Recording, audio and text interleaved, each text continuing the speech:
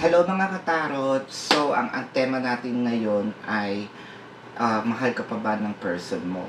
So, ito yung mga relasyon na hindi medyo nagkakalabuan, no? Hindi nag-uusap, pwede nagkahiwalay, no?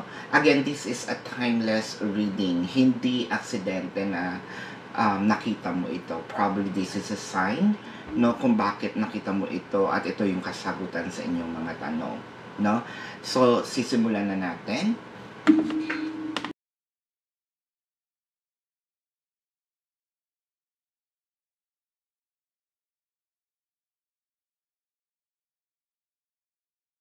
Para makapili kayo, no, ating lalagyan ng mga crystal bracelets or amulets, no, itong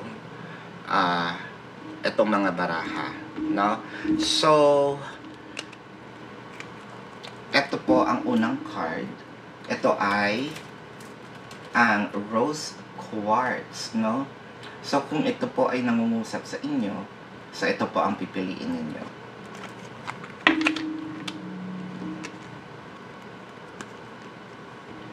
Ito po ang pangalawang card. So, kapag nangungusap sa inyo, itong amulet nito, citrine, no?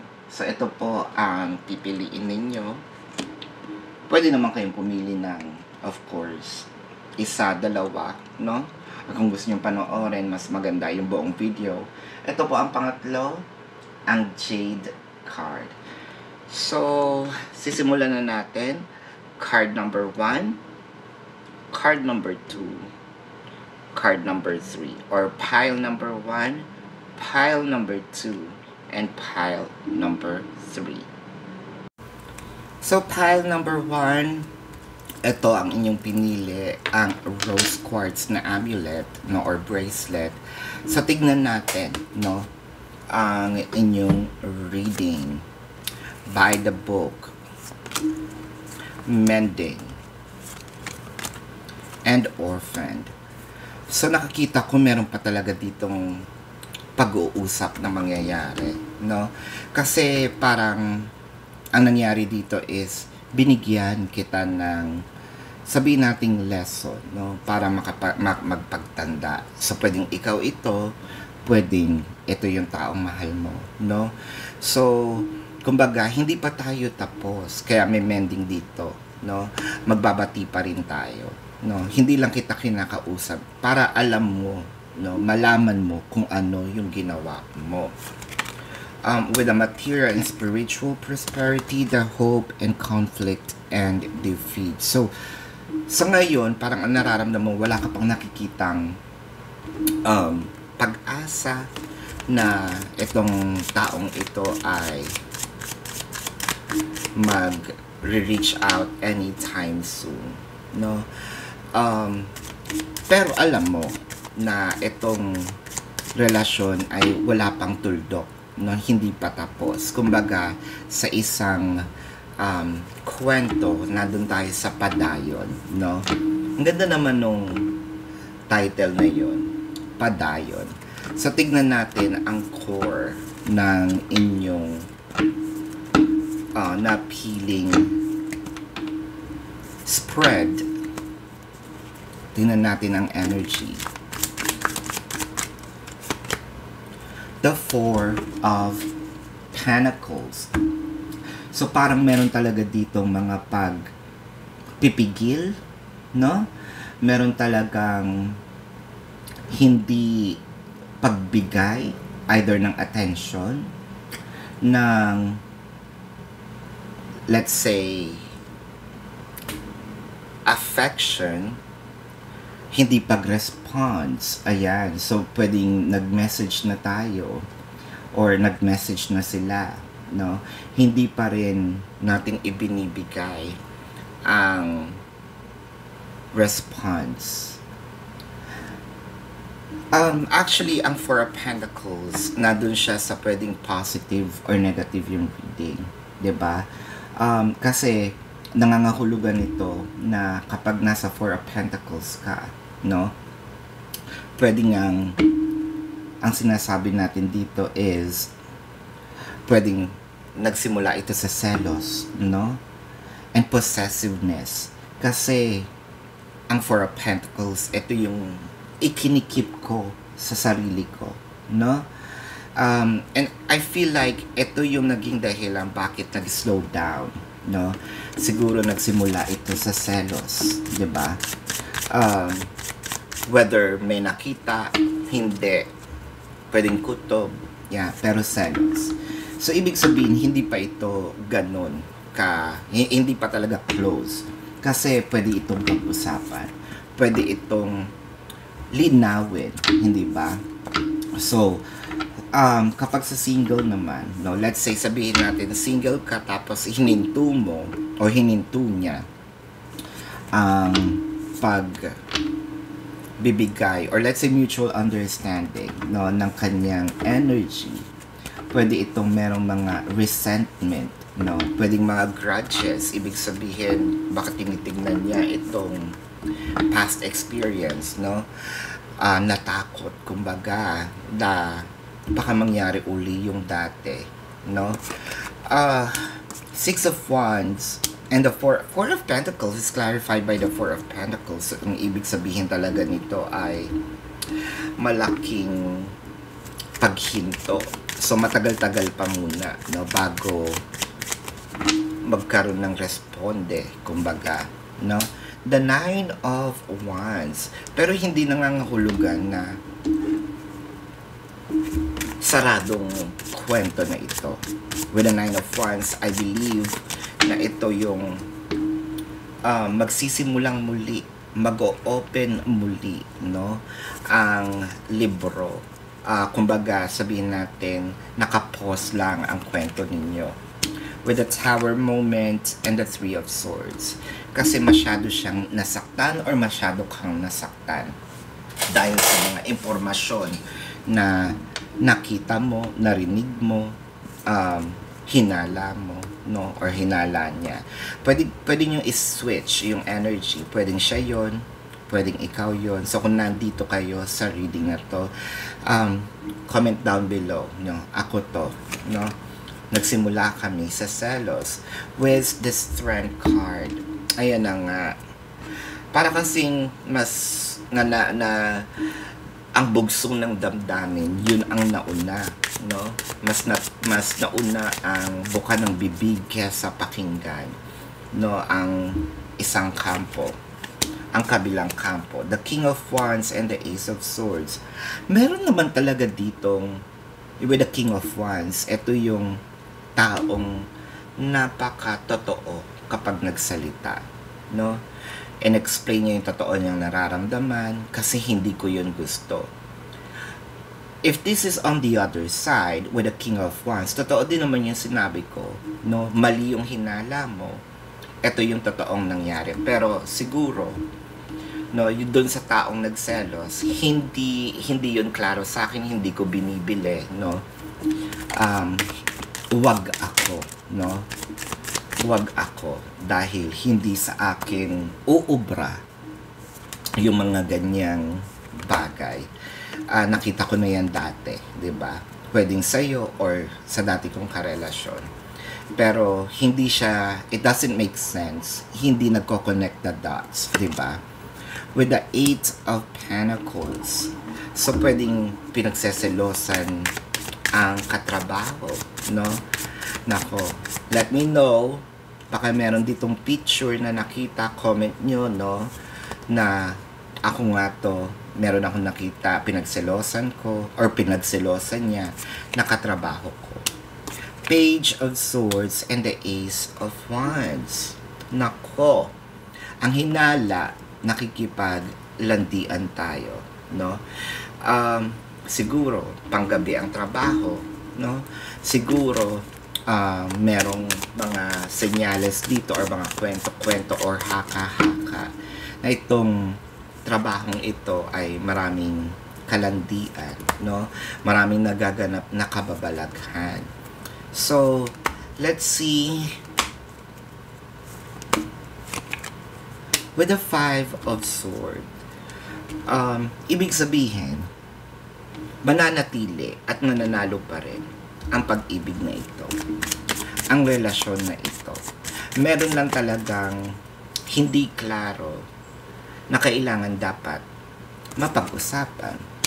With the Knight of Pentacles and the Eight of Swords, hindi pa muna sa ngayon, no? Kasi parang masyado akong nasaktan. Either hindi mo ko pinakinggan, tama naman yung sinasabi ko, or hindi ko pa talaga lubos maisip, hindi ko pa napagkukonek-konekta. No, para doon naman sa hindi napagkukonek-konekta, paano mo maintindihan kung hindi ka nakikinig? Diba? Again, wala akong kinakampihan. Ang inaano ko dito is yung logic, diba? Paano mo maintindihan kung one-sided tayo? Diba? Ang sabi nga natin, mayroong dalawang side ng story. Yung kabila at yung alam mo. Diba? Kahit sa korte, dapat pinapakinggan din yung kabila, no? Karapatan din ng kabila para ma-justify naman niya kung bakit niya nagawa yun. Ngayon, aamin siya o hindi, depende yun, di ba? Pero ang sentensya is dapat makatao, di ba? So, ayan na nga. Tignan natin kung mahal ka pa, no? Dito nagsimula at lumusbong ang lahat. Sa selos, ayan. The Empress, the Queen of Cups, and the Three of Swords. Meron sinasabi dito, bakit ba naman sa dami-dami ng pinagselosan yun pa? Walang-wala yun sa'yo. Sabihin mo, yes, maganda siya, pero Empress ka. Diba? Mas maganda pa doon. Ang sakit lang ng mga pinagsasasabi mo. Ayan na nga tayo. With the Temperance and the Hermit. Pero dadating din, nananatili ako, no? Na nag-hold sa relasyon na to. At naniniwala ako na magkakaroon din tayo ng clarity. In fact, pinapababa ko lang yung amatsu mo. O pinapababa ko lang itong heightened emotion, yung galit mo. With the Temperance, no, mag-reach out ako, no? Hindi man very soon. Gusto ko lang makita muna, no? Obserbahan ang energy mo. Kung ganun ka pa rin kagalit. Kasi what's the sense of lalapit ako, tas i-reject mo ako? Diba? So, mas maganda na yung parang nakikita ko na ready ka na rin natanggapin kung ano man yung explanation ko. So, kung ganun, ibig sabihin, mahal ka, no? Dahil hindi naman to mag-aaksaya para magpaliwanag sa'yo at bumalik sa iyo. Diba? Hindi pa tapos itong relasyon na ito. So, ito ang iyong reading, pile or group number 1. Maraming salamat. So, kung gusto niyo pong sumali sa ating live session, sa kabilang channel po yun. Kung nakaka-resonate kayo, let me know sa comment section. Sa mga bago po, no, salamat po sa pagbisita. Don't forget to click the subscribe button, comment down below, click the like button para maboost po itong reading, itong video. So maraming salamat, love and light. Namaste, and see you sa susunod na reading. Okay. Paalam. Hello group number 2. Ito ang Citrine. Ito ang inyong pinili. So tingnan na natin ang reading. So group number 2. All that glitters. The soulmate. Fork in a road. So group number 2. Nagdadalawang isip na tayo, no? Pwedeng ikaw ito, pwedeng ito yung taong mahal mo, no? Ito pa ba yung relasyong dating gustong-gusto ko, no? Either parang yung feeling nito nabudol ako, no? Either yung feeling nito sa una lang siya magaling, no? Ngayon, kini-question mo, ano ba ang papel nitong taong ito sa buhay ko? Lesson ba? You know, siya ba ang reward ko? No? After all of this, with intuition, obstacles and challenges, movements choices and decision. So parang nasagad na tayo, no? Intuition kasi, ito yung parang wala man tayong sapat na ebidensya, hawak, no, na material na ebidensya. Kaso parang hindi na ikaw ito, no? Hindi na ikaw yung taong dating kilala ko. Nag-iba ka na, no? With the obstacles and challenges, parang humina din itong energy or pagsasama na ito dahil lang sa pagsubok sa buhay, no?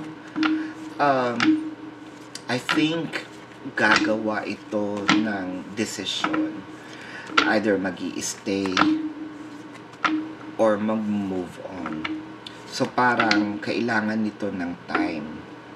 Kung sino man ito, ikaw o siya. So parang wala siyang in-between, no? So kailangan niya ng masinsinang pag-aaral, no? Ang core ay 3 of Cups. So nakakita naman ako dito ng celebration, no? I think kaka-birthday lang, nagsimula ito sa birthday, no? Kasi ang 3 of Cups, friendship, no? Gatherings, para dun sa may mga crush, baka ito yung sinasabi niyong naghahanap tayo ng love life or social life, or nakita natin ito sa isang social gatherings, no? Pwedeng etong pag-ibig na ito ay nagsimula sa friendship. Tapos sinabi natin, i-push ko nga, pero ngayon parang, nagbaback out ako kasi siguro may takot. Doon naman sa magjowa na or mag-asawa na, baka napagsilosan natin, no? May nakita tayong picture, meron tayong nakitang bakit lagi mong kausap, no? Kala ko ba kaibigan lang siya, ayan. So may selos. May selos din, katulad nung number 1. Ngayon ang nakikita ko naman kasi dito, may strong effect sa inyong dalawa. Either pwedeng itong pinakilala or inad, no? Na sa Facebook. Nako, kung nandiyan kayo, let me know sa comment section. Ako ito, no? Na nagsimula ito sa hinala, no? With the Page of Cups and the 7 of Cups, feeling mo may kaagaw ka. Feeling mo meron siyang option. Feeling mo ngayon na nagsisimula ba siya, no? Kumbaga, meron tayong hinala with the intuition na meron siyang bagong apple of the eye or nagkaka-crush siya sa iba. So parang ikaw ito, pinipigilan mo yung sarili mo, no, na masaktan. Meron pa nga ditong nagsasabi, di kung diyan ka, masaya, di diyan ka, di ba? Hindi ako para maghabol. Ayan. So may konting galit na rin na namumuo. With the 10 of Wands. So, sa'yo, mahirap din naman yung nandito tayo sa sitwasyon na, ang bigat kasi, di ba? Ang bigat sa loob dahil binigay mo yung buong trust, no? Eto pa yung igagante. Ang hirap din kasi nandito ka sa sitwasyon na since naibigay ko lahat, ngayon, paano ko mababawi? Diba? Kung sakaling mag-move on ako. Ngayon, paano naman kami din magbabate? Dahil pwedeng ako yung nagsimula. Diba? Pwedeng dahil galing sa akin, no?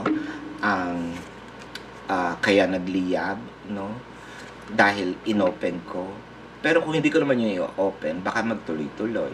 So, caught up in between, nandun ka sa, kumbaga, making a decision, sitting on a fence. Yan. The Fool card, the 10 of Pentacles. So, feeling mo, kala mo tanga ako, no? Kala mo pinanganak ako kahapon. Kala mo hindi ko alam yung mga ganyang galawan, no? Parang feeling mo tuloy na inabuso niya yung pagka-inosente mo, no? Siguro meron din it rooted also from yung past experiences na siguro nung bata ka. Hindi kasi ko pinalabas ng mga magulang ko, kaya tuloy wala akong alam sa either buhay pag-ibig or buhay kalye, no? So, kung nandito kayo, let me know sa comment section. The Strength card. Ayan.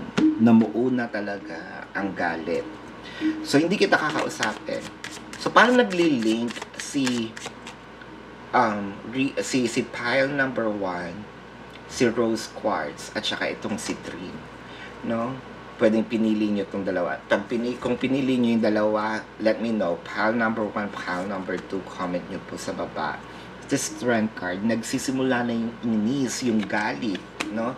The Hangman, the Strength card is clarified by the Strength card, no? May strong Leo dito. Pwedeng ikaw, pwedeng siya. Meron ding Aries, meron ding Pisces, no? Scorpio din. So parang nandun ka na sa fork in a road, 'di ba? Lito ka na. The Hangman. Medyo mahal ko pa ba siya, no? O talagang I need to separate at least for now, or really separate, no? With the King of Wands, gusto mong paniwalaan sana yung sinasabi. But feeling ko, nagsabi naman siya ng totoo, no? Nagsabi naman siya ng totoo. Nga ba? With the 9 of Cups and the 3 of Swords, sa sobrang totoo, dun ka nasaktan. Pwedeng yung katotohanan na yun, nire-reject natin. Pwedeng yung katotohanan na yun, sa sobrang totoo, tumama siya sa'yo, sa puso mo, tapos sinabi mo na, napatid na, no? Yung pasensya ko. Hindi na ito yung I didn't sign up for this relationship. Ayan. With the 8 of Pentacles. So, ito na nga, karugtong nga ito. Parang same yung storyline. Kasi pwedeng katrabaho, dating katrabaho, no? Ay, kung dati kayo magkatrabaho, bakit ganyan pa rin kayo ka-close? Lalo na kapag different gender, no? With the Hermit and the King of Wands. Sa tingin ko, napaka-mature ng naging relasyon nila. Hindi lang basta magkatrabaho, no? Feeling ko, there's nothing romantic, actually. Kumbaga, naging close lang sila, nagka-share sila ng mga buhay-buhay, no? So, kaya ito yung sign na hinahanap mo. I'm not saying romantic. I think they both enlightened each other. Kumbaga, sanggang dikit, no? Meron talaga nangyayaring ganon na, alam mo, kapag ikaw yung kausap ko, matalino kausap, no? Na-appreciate, no? Pero, hanggang doon lang yon, no? So, ang tanong, mahal ka pa ba ng person mo? Ito na. Tignan natin. Pwede ring Virgo, no? The High Priestess, the 9 of Pentacles, the Hermit card. Ay, alam mo ang wini-wish niya dito, sana maliwanagan ka. Sana, bakit ganun? Sana masaya ka sa ginawa mo. Dahil ikaw yung sumira sa relasyon, walang nangyayari. No? Nandito pa rin siya, nag-aantay. Alam mo na hindi kanya kayang iwan. Alam mo na para sa kanya, lasting commitment ito. I think ang kailangan dito is masingsinang pag-uusap. Dahil mahal na mahal ka pa ng taong to. Hindi ito mananatili kung saan mo siya iniwan. Hindi ito mananatili sa isang relasyon na binuo niya hanggang sa future nga. Let's say, ang timeline nyo, yung past, yung present, nandito. Pero siya, na hanggang sa future, no, nandoon yung isip niya na kayo pa rin magkasama in the future, no. Nandito lang tayo sa siguro naguguluhan tayo dahil hindi nga natin nakita or nakuha yung side ng kabila, no. Mahal ka pa ng tao. Alam kong mahal mo pa rin siya. So this is your reading. Maraming salamat. Para po sa mga bago, don't forget to click the subscribe button, hit the like button, comment down below kung kayo po'y nakaka-resonate, no? Maraming salamat. Namaste. At see you po sa susunod na reading. Goodbye. Hello group number 3. Ito ang iyong pinili, ang jade, no, na amulet or bracelet. So tignan natin ang energy ng iyong piniling amulet. In between worlds or between worlds, poised and into the sea. Ayan. Medyo matigas ang puso mo o siya. Either one of you, pwedeng ikaw itong binabasahan ko, pwedeng ito yung taong binabasahan mo. Kasi, namimiss na natin yung tao. Hindi na ganon kasaya ang buhay, hindi na ganon kakulay ang buhay. Naku, gulay ba itong minahal mo? Na parang feeling mo ang dal-dal ng paligid mo kapag wala yung taong mahal mo. Pero, ang taas ng pride, 'di ba? Okay lang basta hindi ako yung mauunang mag-reach out. Okay lang sa akin kahit na deep inside, no, nalulungkot ako. Well, actually, parang ang nanunubok, nananadya, no, kung sino man itong binabasahan ko kasi with poised, pinapakita ko na masaya ako. So, sige, hala, post na picture. Punta dito, punta dyan, gimmick dito, gimmick dyan. As if walang nangyari. Ikaw ba to? Siya ba to? Let me know sa comment section. Mental conflict. Stand your ground. Discontent and boredom. Ayan na nga tayo. Alam mo, kawawa naman yung taong nasa kabila, no? Yung taong hindi kinakausap. Kasi alam niya na may galit, pero namumuo na dito yung sa isip niya na ayaw na ba ako talaga nito. Sa tingin ko na nag-explore na siya, no? So meron na ditong self-pity, no? Hindi na ba niya ako ganun kamahal? Bored na pa siya, no? Hindi ko ba nabibigay sa kanya yung kailangan niya, no? May self-pityness ang lola at ang lolo nyo, no? Standing your ground. Parang, sandali, bigyan mo naman ako ng pagkakataon to a point na medyo binabangungot na ito, to a point na naguguluhan siya sa mga bagay-bagay. Hindi siya nakakatulog ng maayos. Laging nasa isip niya, no, itong separations, whether it is physical or energetic, no? So, tignan natin ang core ng inyong kwento.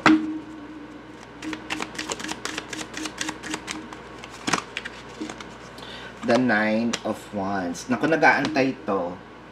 Nag-aantay siya na sana buksan niya na ang pinto. Sana pansinin niya na ako, no? Sana man lang, kahit konting panahon, mag-iparin niya ako. So, I think na nababaliwala siya. Yun yung pakiramdam niya. Binabaliwala ako, no? Pero ganun pa man, nandito siya sa one day, alam ko na bibigyan niya ako ng pag-asa. One day, natatawag siya, no? Pero sa ngayon na out of balance si lolo o lola mo, no? Dahil madami siyang tanong sa isip niya, no? Kami pa ba? Dahil nga din sa mga post, pictures, no, na or balita na nakakarating sa kanya. Determinado siya na bumalik, no? Kung sino man ito or magkabalikan. Ayan. Again, pwedeng ikaw ito, pwedeng siya, no? Pwedeng ito yung pinakamatinding away ninyo. Totoo yan. Ito na yung naging pinakamatinding away. Ito na yung pinakamatagal na hiwalayan. With the Two of Swords and the Seven of Wands. I think kung sino man itong gumagawa ng ayokong kausapin habang yung isa nag-aantay. Nako, sobra-sobra. No, parang you reached the maximum level. You reached the boundary na instead of bigyan lang siya ng lesson, parang sumobra na yata, no? Hindi na maganda, no? So kung ikaw itong nandoon sa sitwasyon na hindi na makatulog, no? Feeling mo ikaw yung binigyan ng lesson, share mo nga tong video sa kanya, no? Para marinig niya na hindi ito na sumusobra na siya. Hindi na nakakatuwa actually. Sa tingin ko, instead na siya yung feeling niyang siya yung victim, hindi, ikaw na yung biktima. Kasi sobra napagbayaran mo ng sobra-sobra, no? Kung ano man to. So gulong-gulo na rin ang puso mo, no? Nakikita ko nga dito, ang dami mong ang tanong. Tutuloy pa ba ako? No? Ipagpapatuloy ko pa ba siya? With the Lovers and the Hierophant. Kasi, sa sobrang mahal, feeling mo, soulmate mo siya, twin flame mo siya, which is true, na isang sorry lang, babalik pa, magkakatuluyan pa. No, kailangan lang ng paliwanag.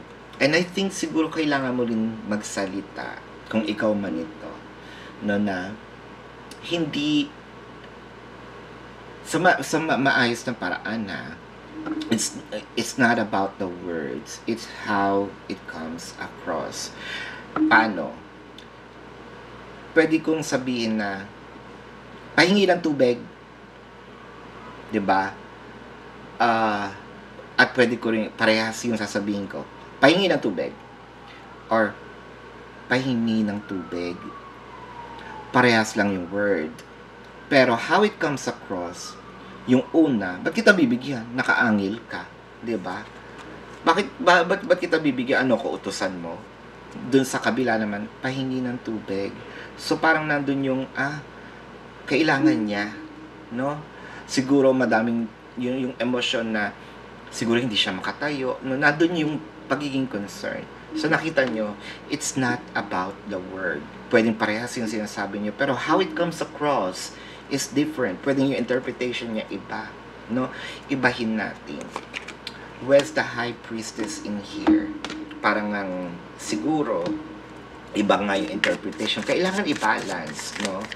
Kung paano natin tayo makipag-communicate. With the Knight of Pentacles and Sana Muerte. So, ibig sabihin nito, itong relasyon na to ay nakapause lang. So, ibig sabihin, meron pa rin rebirth or pag-asa, no? Ibig sabihin nito, meron pa rin mga pagkakataon na pwede itong nating mabawi. The Justice card. So, hindi ito magtatapos at hindi pa ito ang tapos. Ang nakikita ko dito, pwedeng ang karelasyon mo, Libra, Gemini, Taurus, Scorpio, Leo, no?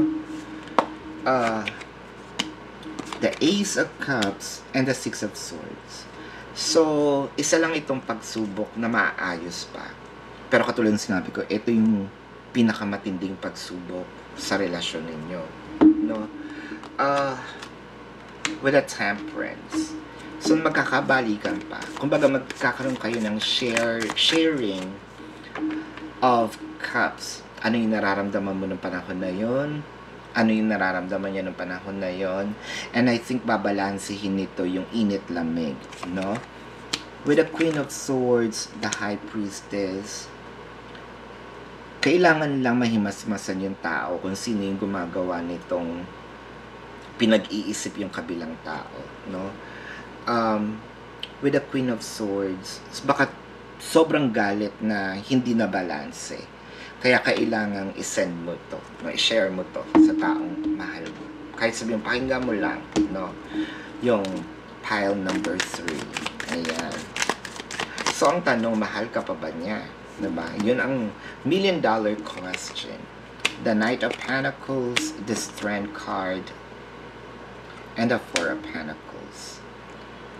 Huwag ka nang magalit kung sino man itong magagalit, no?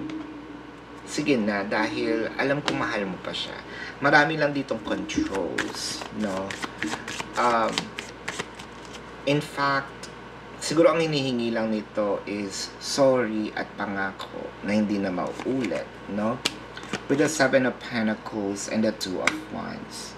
Nakita ko nag-aantay lang siya pero mapapatawad ka rin bigla. So kung meron ka mang ginawa, no, kasi sabihin na natin, it takes two to tango.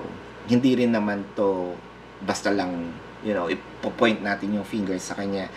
This is a relationship, and a relationship is not a one-way street, right? So, meron ditong na-disconnect, no? Meron ditong hindi rin nag-make sense. So, PM is the key. Yan. Dito sa relasyon na to. Pero after mag-usap, balance na uli. Mahal ka pa ng tao. Meron pang mga offers dito. Madami pang pangarap na pwedeng mabuo. No? Galit lang po. At mahal ka naman talaga ng tao. So, this is your reading. Maraming salamat po dun sa mga nagbabalik. Doon po sa mga bago. No? Don't forget to click the subscribe button.